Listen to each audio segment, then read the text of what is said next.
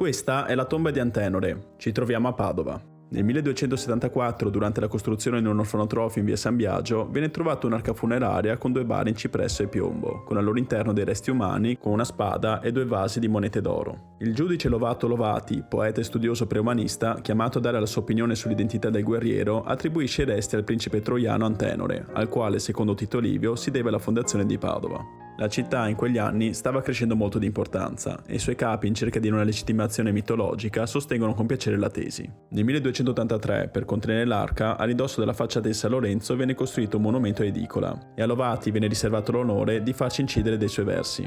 Sotto al monumento si trova la cripta della chiesa e qui nel 1796 viene sepolto Girolamo Ortis, studente che si è tolto la vita senza dare spiegazioni e che poi ha ispirato Ugo Foscolo a scrivere le ultime lettere cambiandogli il nome in Jacopo Ortis.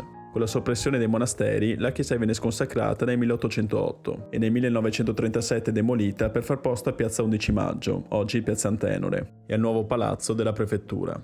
La tomba di Antenore rimane così al centro della piazza e nel 1942 le viene riaffiancata la tomba di Lovati. Nel 1985 viene aperta l'arca. I resti analizzati, ovviamente non di Antenore, risultano appartenere a un guerriero ungaro morto durante le invasioni del IX secolo. Altri studiosi sostengono invece che l'arca sia ancora più antica e risalirebbe al II-III secolo d.C.